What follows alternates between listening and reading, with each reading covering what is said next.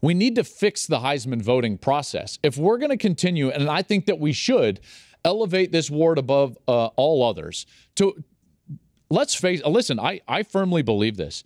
I believe that the Heisman Trophy is the singular most important individual award you can win in American sports. There's no other individual award that comes close. The Heisman Trophy lasts forever. You know, I'm reminded of that Sandlot line, right? What does it say? Like, heroes get remembered, but legends never die. Heisman Trophy winners are legends. Legends forever. And so it matters who wins that. And then I would also suggest, because it's that big, it matters who's a finalist. So here's how I would fix the Heisman process, and I think it could get better. Number one, I think that we need to reduce the number of overall voters that vote for the Heisman Trophy. I think that this is actually a really important piece to this. These votes should be highly coveted and rare.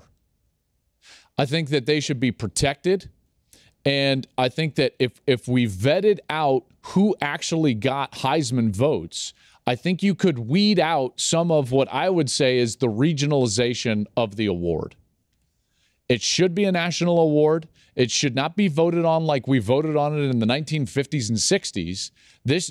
There is enough technology for a smaller group of voters, like 100 and not 900, to get it right.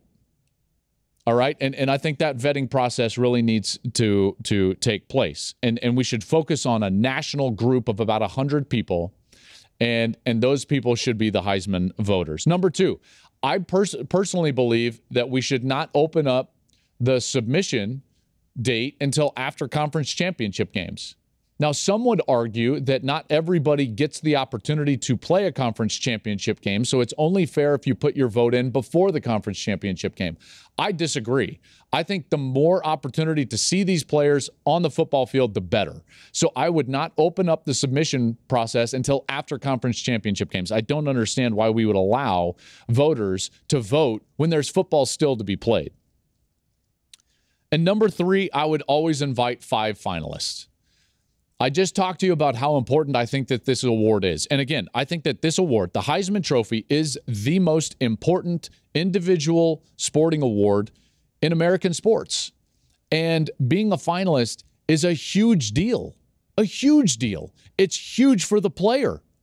It's enormous for the program and the stage that you put the program on, right? If your quarterback gets to go and be a Heisman finalist, think of Josh Heupel right now.